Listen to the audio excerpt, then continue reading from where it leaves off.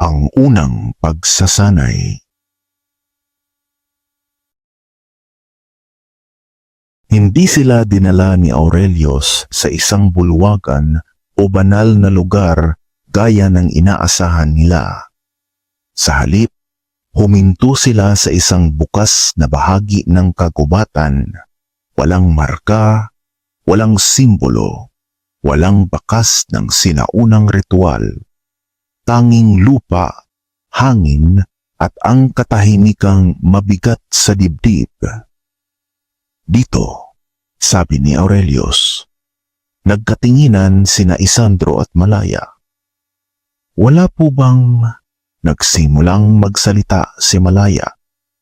Ngunit itinaas ng matanda ang isang kamay. Ang unang pagsasanay ninyo, wika ni Aurelius, ay hindi tungkol sa lugar, kundi sa pagkilala sa isa't isa muli. Tumahimik ang hangin. Tumayo si Isandro ng tuwid, marahang huminga, gaya ng itinuro sa kanya sa loob ng maraming taon.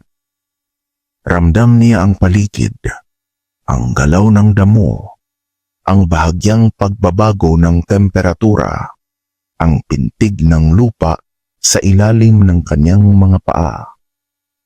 Sa tapat niya, bahagyang ibinaba ni Malaya ang sentro ng kanyang bigat.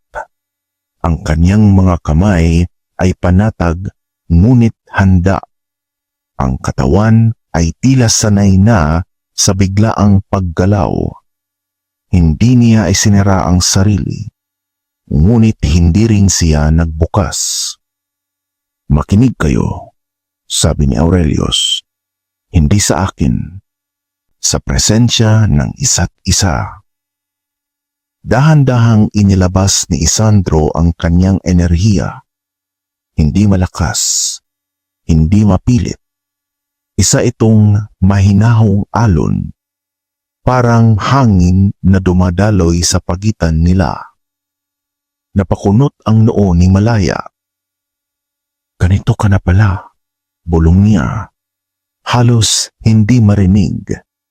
Sa halip na umatras, hinayaan niyang sumalubong ang sariling enerhiya.